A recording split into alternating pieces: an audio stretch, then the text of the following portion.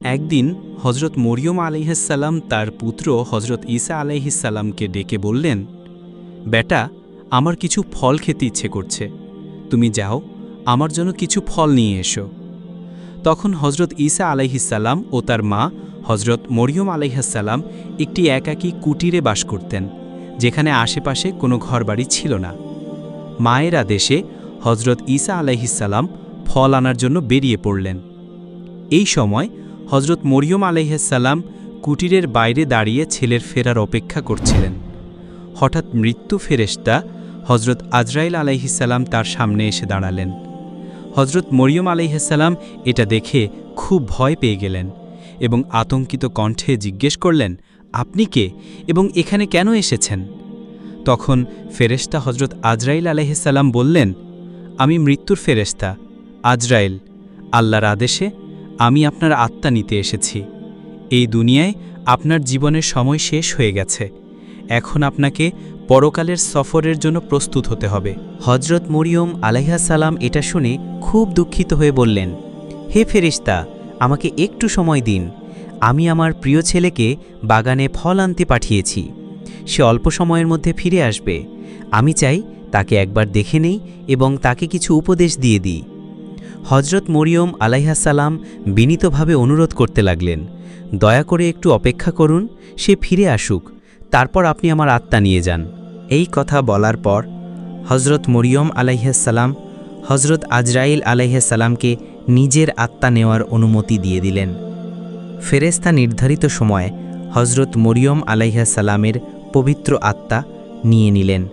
কিছুক্ষণ পর হজরত ঈসা আলাইহিসসালাম ফল নিয়ে ফিরে এলেন এবং দেখলেন তার মা মাটিতে শুয়ে আছেন। তিনি ভাবলেন হয়তো তার মা ঘুমাচ্ছেন, তাই তিনি তাকে জাগালেন না। কিন্তু যখন কোনো প্রতিক্রিয়া এলো না, তখন তিনি মাকে স্পর্শ করে নাড়িয়ে দেখলেন। তখন তিনি বুঝতে পারলেন তার মায়ের পবিত্র আত্মা এই দেহ ত্যাগ করেছে। হজরত ঈসা আলাইহিসসালাম মায়ের এই আকস্মিক মৃত্যুর কারণে গভীর শোকের মধ্যে ডুবে গেলেন এবং তার চোখ দিয়ে অশ্রু ঝরতে লাগল। তার দুঃখ দেখে বনের পশুরাও কাঁদতে লাগল। কিছুক্ষণ পরে তিনি নিজেকে সামলে নিলেন এবং বুঝলেন মায়ের দাফনের কাজ করা এখন খুব জরুরি। কিন্তু তারা এমন এক জায়গায় ছিলেন যেখানে আশেপাশে কোনো মানুষ ছিল না। তাই তিনি কিছু মানুষের সন্ধানে বেরিয়ে পড়লেন যারা মায়ের দাফনে সাহায্য করতে পারে। কিছু দূরে তিনি দেখলেন কিছু লোক আসছে। তখন তিনি তাদের কাছে গিয়ে বললেন, আমার মা ইন্তেকাল করেছেন, আমি আপনাদের সাহায্য চাই। তখন তারা বলল, হে আল্লাহর নবী, আমরা মানুষ নই, আমরা আল্লাহর ফেরেশতা, আমরা জান্নাত থেকে এসেছি আপনার মায়ের দাফনে সাহায্য করার জন্য।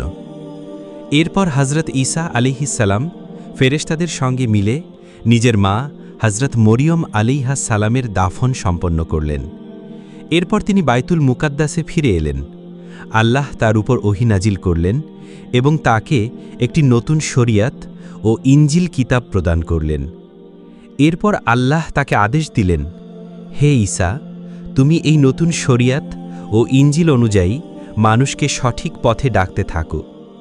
একদিন হজরত ঈসা আলাইহিসসালাম এক জনসভায় দাঁড়িয়ে বললেন, হে আল্লাহর বান্দারা, আমার উপর একটি নতুন কিতাব ও শরিয়াত নাজিল হয়েছে। এখন থেকে তোমরা পুরনো কিতাবের কথা ছেড়ে দাও এবং নতুন কিতাব অনুসারে জীবন যাপন করার অঙ্গীকার করো। হজরত ঈসা আলাইহিসসালামের কথা শুনে বানি ইসরায়েলের লোকেরা খুব রেগে গেল। তারা বলল, এখন দেখা যাচ্ছে তুমি আমাদের পূর্বপুরুষদের ধর্ম ধ্বংস করার ষড়যন্ত্র করছো। তোমার সাহস তো কম নয়, তুমি নিজেই একটা নতুন শরিয়ত বানিয়ে আমাদের উপর চাপিয়ে দিতে চাইছো। শোনো, আমরা এই ভুল পথে চলা বন্ধ না করলে আমরা তোমাকে হত্যা করতে বাধ্য হব। হজরত ঈসা আলাইহিসসালাম তা শুনে বললেন, তোমরা আমাকে হত্যার হুমকি দিচ্ছ, কিন্তু জেনে রেখো এটি আমার জন্য খুবই তুচ্ছ বিষয়। আমি আল্লাহ তাআলার মনোনীত এক নবী এবং আমার দায়িত্ব হল মানুষকে সত্যের পথ ও সঠিক রাস্তায় ডাকার এবং মানুষকে দ্বীনের দিকে আহ্বান করার দায়িত্ব আমার। তাই আমি তোমাদের এই সৎ পথে আসার জন্য বিশেষভাবে অনুরোধ করছি, নচেত তোমাদের উপরও সেই শাস্তি আসবে যা পূর্ববর্তী জাতিগুলোর উপর এসেছে। এরপর যখন এই নতুন শরীয়তের কথা চারদিকে ছড়িয়ে পড়তে লাগল, তখন বনি ইসরায়েলের মধ্যে নানা রকম আলোচনা ও সমালোচনা শুরু হলো।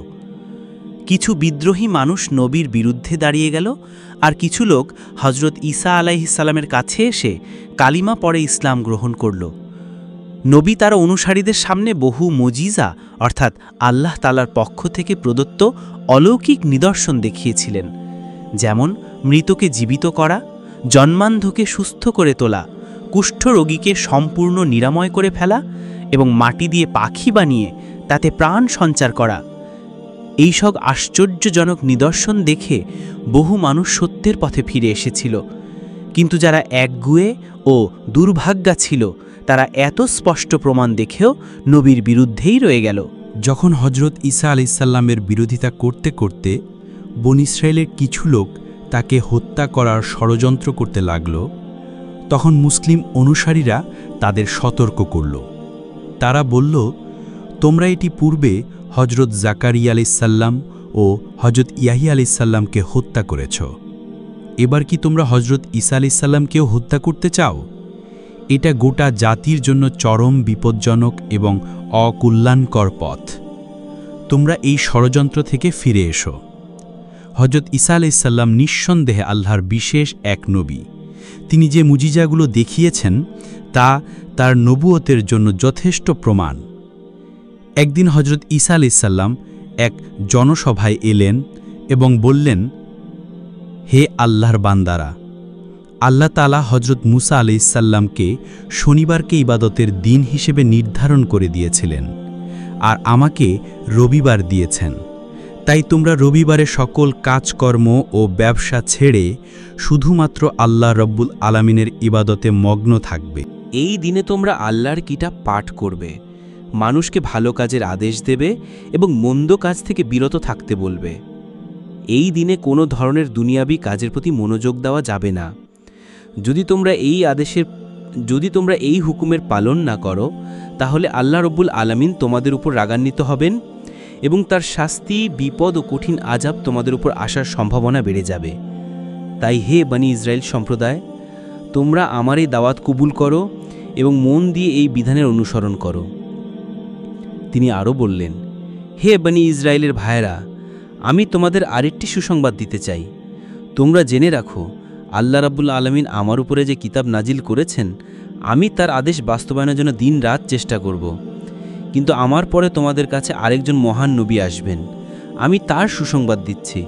তার নাম হবে মুহাম্মদ সাল্লাল্লাহু আলাইহি ওয়াসাল্লাম। তিনি দুনিয়ার সর্বশ্রেষ্ঠ ও শেষ নবী হবেন।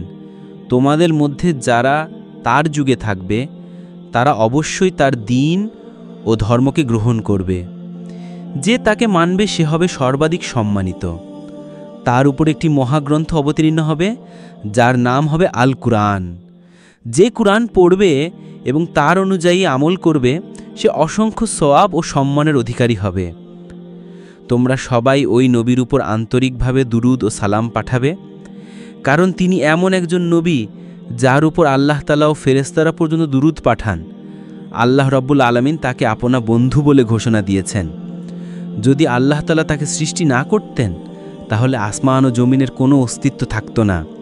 তাই তোমরা বুঝে নাও তার মর্যাদা ও সম্মান কত উঁচু। আমি নিজে একজন নবী হয়েও ওই শেষ নবীর সাধারণ উম্মতের একজন হওয়ার জন্য খুব আগ্রহী। যদি আল্লাহ রাব্বুল আলামিন আমার এই দোয়া কবুল করেন তাহলে আমি নিজেকে অত্যন্ত ভাগ্যবান মনে করব। ধর্মবিরোধী বনী ইসরায়েল হযরত ঈসা আলাইহিস সালামের এই কথা শুনে বলল, দেখো, এ তো হযরত মূসার শরীয়ত বাতিল করে নিজেই একটি নতুন শরীয়ত চালু করার ষড়যন্ত্র করছে। তাছাড়া নতুন কোনো শ্রেষ্ঠ নবীর আগমনের কথা বলে তোমাদের আমাদের দলে টানার চেষ্টা করছে। আমরা এখন এই ফাঁদটা বুঝে গেছি এবং এর আসল উদ্দেশ্যও জেনে গেছি। তাই আমাদের এখন আর দেরি করা উচিত নয়। আমাদের এই ষড়যন্ত্রের কথা রাজার কাছে জানানো উচিত এবং তার বিরুদ্ধে কঠোর শাস্তির ব্যবস্থা করা উচিত। সেই সময় বাইতুল মুকাদ্দাস ও জেরুজালেমের রাজ্য ছিল বনী ইসরায়েলের নিয়ন্ত্রণে, আর রাজা ছিল হযরত ঈসা আলাইহিস সালাম ও তার অনুসারীদের প্রবল বিরোধী। যখন বনি ইসরায়েলের মধ্যে এমন এক ভয়ঙ্কর সংঘাতের পরিবেশ তৈরি হল, তখন রাজা হজরত ঈসা আলাইহিসসালাম ও তার অনুসারীদের সম্পূর্ণরূপে পৃথিবী থেকে মুছে ফেলার জন্য ষড়যন্ত্রে লিপ্ত হয়ে পড়ল। একদিন রাজা একটি গোপন সভা আহ্বান করল, যেখানে সে বলল, হজরত ঈসা আলাইহিসসালাম ও তার অনুসারীদের ধ্বংস করার যে পরিকল্পনা চলছে তাতে সফল হওয়া আমাদের দায়িত্ব। এরা নবী ও আল্লাহর শত্রু। তোমরা নিশ্চিন্ত থাকো, এই কাজে যত সহায়তা দরকার আমি দিতে প্রস্তুত। আমি জানি এদের ধ্বংস করা সওয়াবের কাজ, আর যদি আমি এতে অংশ নিতে পারি তবে নিজেকে সৌভাগ্যবান মনে করব। রাজার এই সাহসিকতা দেখে সবাই স্থির করল, হজরত ঈসা আলাইহিসসালাম ও তার অনুসারীদের মাটির সঙ্গে মিশিয়ে দিতে হবে। এই উদ্দেশ্যেই তারা নবীকে হত্যা করার পরিকল্পনা করল। পরদিন সকাল থেকেই তারা হজরত ঈসা আলাইহিসসালামের ওপর কড়া নজরদারি শুরু করে দিল, যাতে তিনি কখনো একা হন তখনই আক্রমণ করা যায়। ধর্মদ্রোহী বনি ইসরায়েল পালা করে পাহারা দিতে লাগল এবং নবীকে একা পাওয়ার চেষ্টা চালিয়ে যেতে লাগল। হজরত ঈসা আলাইহিসসালামের সাথীরা যখন বুঝতে পারলেন যে বনি ইসরায়েল তাকে হত্যা করতে প্রস্তুত হয়ে গেছে, তখন তারা নবীর নিরাপত্তার দায়িত্ব গ্রহণ করলেন।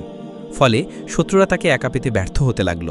অবশেষে বনি ইসরায়েল সিদ্ধান্ত নিল, শুধু নবীই নয়, নবীর সমস্ত সাথীকেও হত্যা করতে হবে। কারণ নবীর রক্ষাকর্মীরা ছিল নিরস্ত্র, তাদের হত্যা করাকে সহজ বলে মনে করল তারা। একদিন হজরত ঈসা আলাইহিসসালাম তার সাথীদের নিয়ে একটি কক্ষে অবস্থান করছিলেন। এই সময় বনি ইসরায়েল একত্রিত হয়ে সেই কক্ষ ঘিরে ফেলে এবং নবীকে হত্যা করার পরিকল্পনা শুরু করে। ঠিক তখনই আল্লাহ তার সিদ্ধান্ত ঘোষণা করলেন, তিনি তার নবীকে আসমানে উঠিয়ে নেবেন। আল্লাহ তাআলা প্রথমে হজরত জিবরাইল আলাইহিসসালামকে নির্দেশ দিলেন, তুমি আমার নবীকে সম্মানের সাথে আসমানে তুলে নিয়ে যাও।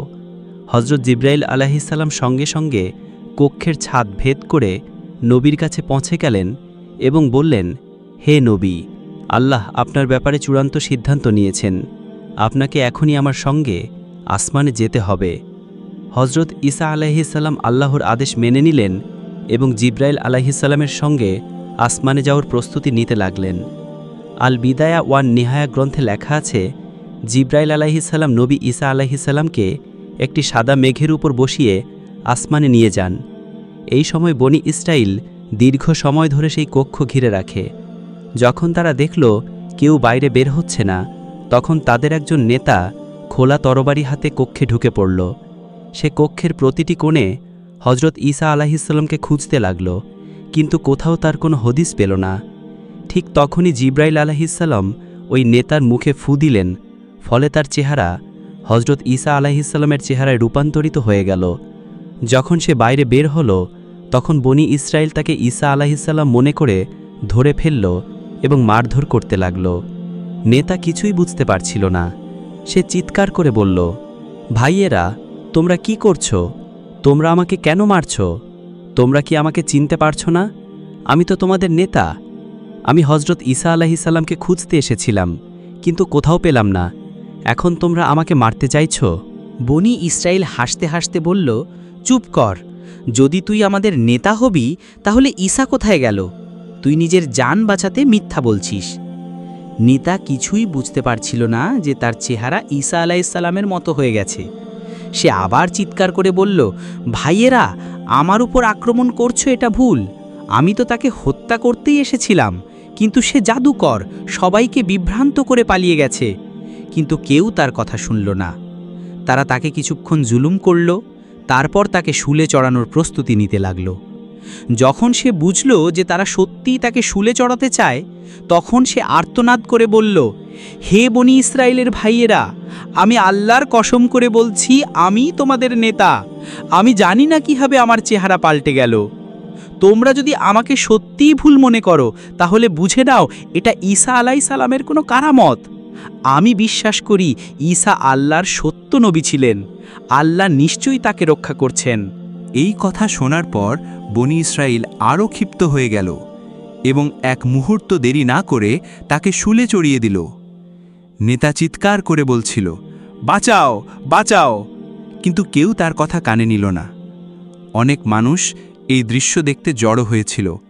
তাদের অনেকেই বলছিল, এটা তো ঈসা আলাইহিসসালাম নয়, বরং আমাদের সেই অবাধ্য নেতা। আর কেউ কেউ বলছিল, না, এটা তো ঈসা আলাইহিসসালামই।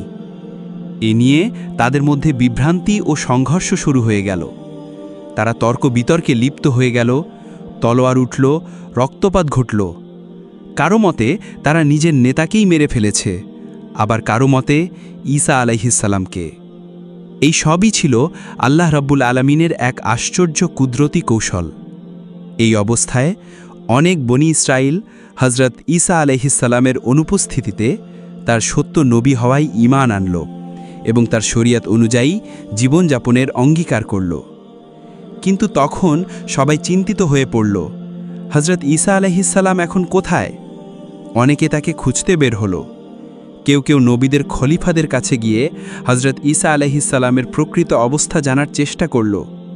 তাদেরকে জানানো হলো আল্লাহ রব্বুল আলামিন তার প্রিয় নবী হজরত ঈসা আলাইহিসসালামকে সম্মানের সাথে চতুর্থ আসমানে উঠিয়ে নিয়েছেন। এরপর আল্লাহ তাআলা পবিত্র কুরআনের মাধ্যমে এই ঘটনা সমগ্র মানবজাতিকে জানিয়ে দেন যে হজরত ঈসা আলাইহিসসালামকে জীবিত অবস্থায় আসমানে উঠিয়ে নেওয়া হয়েছে। হাদিস শরীফে বর্ণিত আছে, শেষ জামানায় হজরত ঈসা আলাইহিসসালাম আবার এই দুনিয়ায় আগমন করবেন। দাজ্জাল নামের এক শক্তিশালী কাফির পৃথিবীতে আসবে। সে এমন কিছু চমৎপ্রদ ঘটনা মানুষের সামনে উপস্থাপন করবে যা দেখে অধিকাংশ মানুষ বিভ্রান্ত হয়ে যাবে। সে মৃত বাবা মাকে জীবিত করে দেখাবে। আকাশে তাকিয়ে বৃষ্টি চাইলেই আকাশ বৃষ্টি দেবে। জমিনকে ফসল ফলাতে বললে মুহূর্তেই জমিনে ফসল জন্মাবে। দাজ্জালের এইসব ভয়ঙ্কর কারিশমা দেখে অনেক মানুষের ঈমান ধ্বংস হয়ে যাবে। তারা দাজ্জালের ওপর বিশ্বাস স্থাপন করবে এবং তাকে আল্লাহ ভেবে পূজা করতে শুরু করবে। যখন দাজ্জালের ফিতনা পৃথিবীতে চরমে পৌঁছে যাবে, ঠিক তখনই আল্লাহ রব্বুল আলামিন তার নবী হজরত ঈসা আলাইহিসসালামকে আকাশ থেকে আবার পৃথিবীতে প্রেরণ করবেন। হজরত ঈসা আলাইহিসসালাম যখন পুনরায় এই পৃথিবীতে আসবেন, তখন তিনি আমাদের প্রিয় নবী হজরত মুহাম্মদ সাল্লাল্লাহু আলাইহি ওয়াসাল্লামের একজন উম্মতি হিসেবেও আগমন করবেন। তিনি এই দুনিয়ায় এসে দাজ্জালকে হত্যা করবেন এবং মুমিনদের সঙ্গে মিলিত হয়ে এক ইসলামী রাষ্ট্র প্রতিষ্ঠা করবেন। হাদিস শরীফে বর্ণিত হয়েছে, হজরত ঈসা আলাইহিসসালাম আবার আগমনের পর 40 বছর পৃথিবীতে জীবিত থাকবেন। এরপর তিনি ইন্তেকাল করবেন। তাকে রাসূল সাহের রাউজা মুবারকের পাশে দাফন করা হবে। আল্লাহ রাব্বুল আলামিন আমাদের তৌফিক দান করুন, যাতে আমরা হজরত ঈসা আলাইহিসসালামের এই গুরুত্বপূর্ণ ঘটনার থেকে উপদেশ গ্রহণ করে নিজেদের জীবনে তা বাস্তবায়ন করতে পারি। আমিন। ভিডিওটি কেমন লাগলো? যদি ভালো লেগে থাকে তাহলে চ্যানেলটি সাবস্ক্রাইব করতে ভুলবেন না। বন্ধুদের সাথে শেয়ার করুন, একটা লাইক দিন আর আপনার মূল্যবান মতামত জানিয়ে একটি কমেন্ট করুন। ইনশাআল্লাহ আবার দেখা হবে পরবর্তী নতুন কোনো উপকারী ও ঈমান বৃদ্ধি করা ভিডিওতে। ততক্ষণ ভালো থাকুন, সুস্থ থাকুন, আল্লাহর জিকিরে মন ব্যস্ত রাখুন। আল্লাহ হাফেজ। আসসালামু আলাইকুম ওয়া রাহমাতুল্লাহি ওয়া বারাকাতুহু।